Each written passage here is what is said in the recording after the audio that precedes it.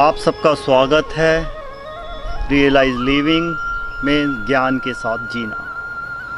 समस्याएं तो जीवन में सभी के हैं, आपके भी जीवन में होंगी, आपके भी बहन जीवन में होंगी। कारण ये है कि जब जीवन दिया गया है तो समस्याएं रहेंगी। अब इन समस्याओं से कैसे झूला जाए, इन समस्याओं को कैसे हल करा जाए, ये एक अपने आप में बहुत बड़ी समस्या होती है। अब देखते हैं कि हमारा जीवन कैसे चल रहा है। आज से अगर हम 20 साल पहले जाएं, 10 साल पहले जाएं, परिवार छोटे, घर छोटे, परिवार छोटे थे चाहे बड़े थे, सब आपस में प्रेम भाव से रहते थे। अब जैसे जैसे टेक्नोलॉजी बढ़ती गई, जैसे विज्ञान तरक्की करता गया, आज सब आप लोगों के पास सेल फोन है। आपने कभी सोचा कि आपका जीवन का कितना बड़ा हिस्सा ये जो आपके पास फ़ोन है इसमें जा रहा है? शायद आपने कभी ध्यान भी नहीं। मैं आपसे पूछता हूँ, आप में से कितने लोग ऐसे हैं जब वो जग रहे हो दिन में 2 घंटे या 1 घंटे वो फ़ोन नहीं, या वो एक दिन के लिए फ़ोन अपना हटा दें? यस, बिल्कुल सही, क्योंकि जीवन में वो आ गया है। टेक्नोलॉजी का, विज्ञान का चमत्कार होना, आविष्कार होना अच्छी बात है। आदमी ने मशीनें बनाई हैं, बट मशीन जब आदमी को नियंत्रण करने लगती है तभी समस्या खड़ी होती है। और देखते हैं कि समस्याओं से क्या फ़र्क आ रहा है। किसी के यहाँ बीमारी भी है, किसी के यहाँ धन का फ़र्क होगा। कभी आपके जीवन में रिश्ते में लोग ऐसे आएंगे, रिश्तेदारों से कुछ हो गया, यार दोस्तों से हो गया। आजकल ज़्यादातर परिवार के लोग काम पे जाते हैं तो वहाँ पे भी तनाव बढ़ जाता है। कभी या तो पत्नी को या माँ को, उन्हें महिलाओं को अलग अलग तरीके के जो हैं वो निभाने पड़ते हैं उनके। तो सवाल जो आ रहा है, चारों तरफ से जो समस्याएं हैं वो आ रही हैं। पहले जब परिवार बड़े थे, साथ रहते थे, काफ़ी बार वो समस्याएं परिवार के साथ मिल बैठ के सुलझ जाती थी। अब परिवार इतना छोटे होते जा रहे हैं, बड़े बड़े जैसे शहरों में लोग रह रहे हैं, वहाँ पे और समस्याएं होती हैं। वो बच्चों के साथ ज़्यादा टाइम नहीं दे पाते हैं, और जहाँ पे हम दोनों पति पत्नी काम कर रहे हों तो उन लोगों को अपना काफ़ी समय जो है बाहर बिताना पड़ता है, या तो काम की जगह, या वो लोग अगर उसमें है रोड पे तो वहाँ जाता है।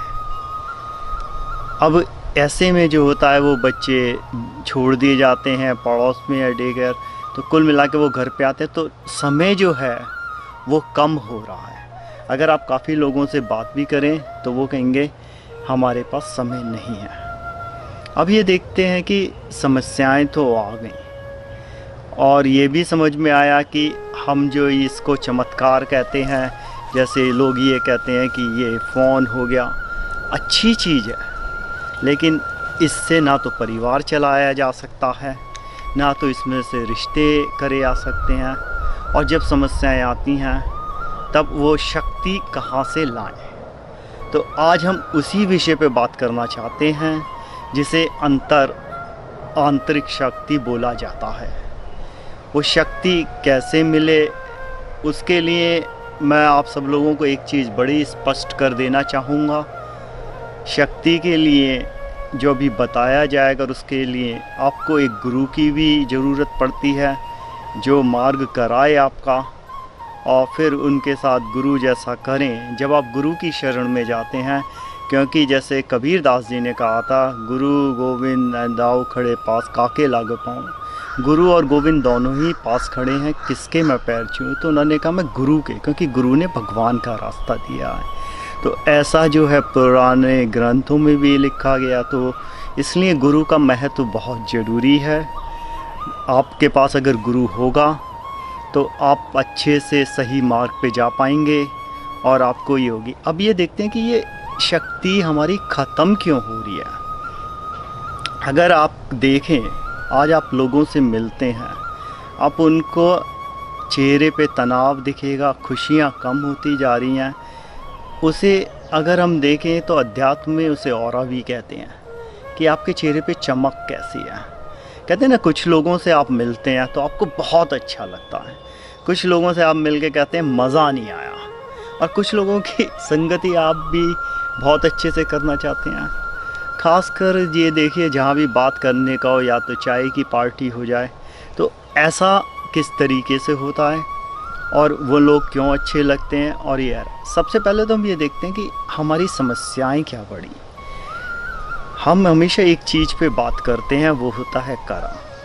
अगर आप देखिए, आपको तनाव है या आपसे ही जैसे पूछा जाए, तो आपकी जो कुछ शक्ति है उस तनाव में जा रही है, क्योंकि आप आगे के बारे में, अच्छा करने के बारे में नहीं सोच पा रहे हैं। अगर आपको ये होता है कि पड़ोसी के घर में तो बड़ी कार है, पड़ोसी का घर बड़ा है, इससे आपको कुछ नहीं मिल रहा, लेकिन क्या हो रहा है, आपकी अंदर की शक्ति ख़त्म हो रही है। क्योंकि आप जो शक्ति, अंदर की ऊर्जा थी आपकी, आप जो अपने ज्ञान में लगा सकते थे और जिससे आप जो है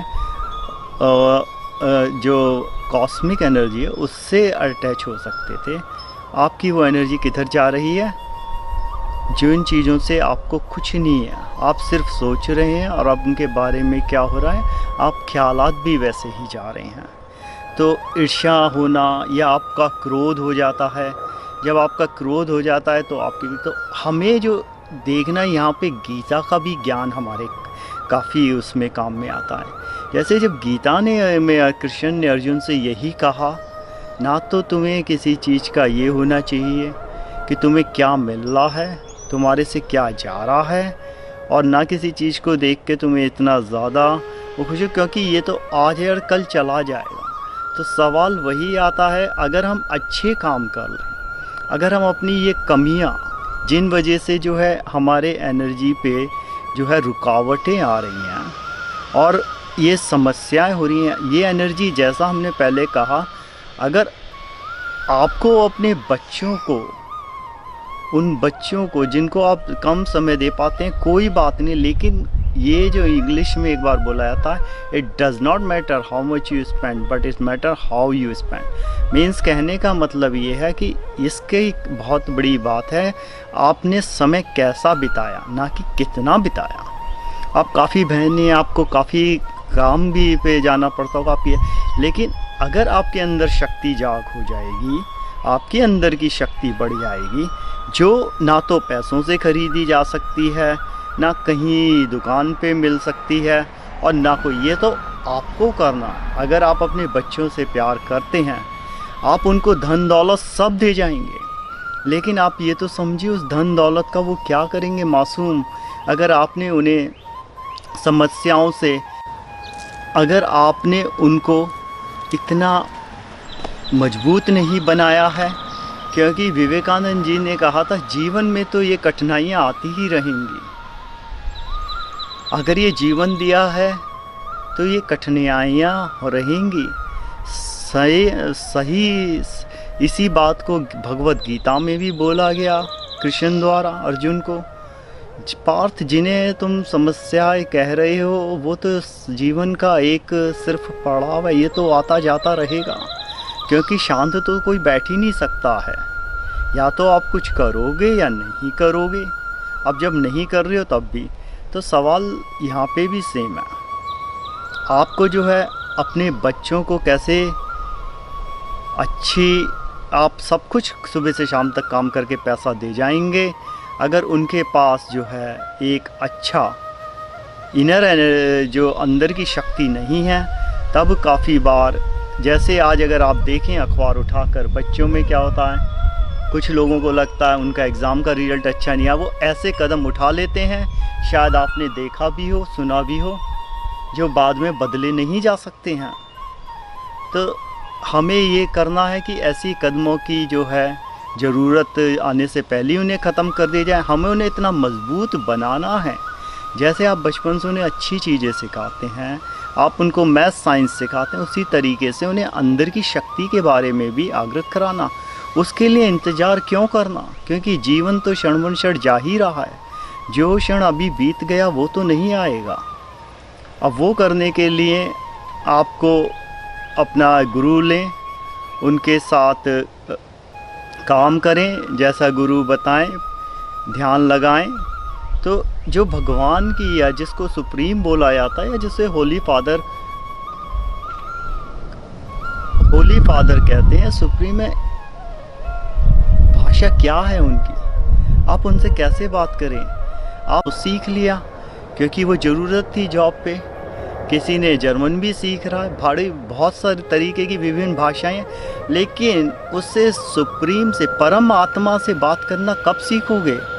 और उसकी भाषा क्या है, उसकी भाषा तो सिर्फ एक ही है, ध्यान। तभी गीता में ध्यान योग को बताया गया। वो आप करें, आप उसका जितना उसके ध्यान के सागर में नहाएंगे, जैसे गंगा में नहाने से बोला गया, वैसे ही गीता के ध्यान के सागर में नहाएं, तो आपके अंदर की शक्ति जो जागृत होगी, वो शक्ति आप अपने परिवार की खुशहाली के लिए इस्तेमाल कर सकते हैं जब उन्हें समस्याएं आती हैं। इसको ऐसे भी समझा जा सकता है, एक व्यक्ति को एक समस्या बहुत बड़ी लगती है, किसी को वो समस्या बहुत छोटी लगती है। फ़र्क सिर्फ क्या है, वो अंदर के ज्ञान का है, अंदर की शक्ति का है। और आप ये हमेशा ध्यान रखें, जब भी समस्याएं आएँ, आपको कभी भी उनका समाधान नहीं मांगना है। जब भी आप मांगें, कह दें मुझे विश्वास है और मुझे जो है उतनी ताकत दो, मेरे से गलतियां होती हैं, लेकिन आपकी शक्ति या ताकत से हम सबका समाधान निकाल लेंगे। और इसी के साथ मैं आप सबको कहता हूँ 2 मिनट आंखें बंद करें और इसका जाप करें। ओम।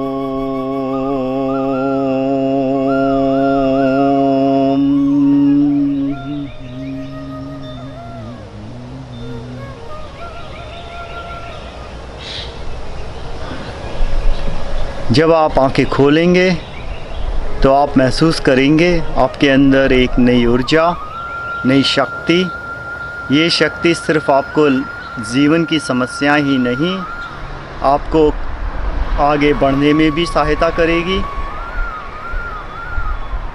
धन्यवाद।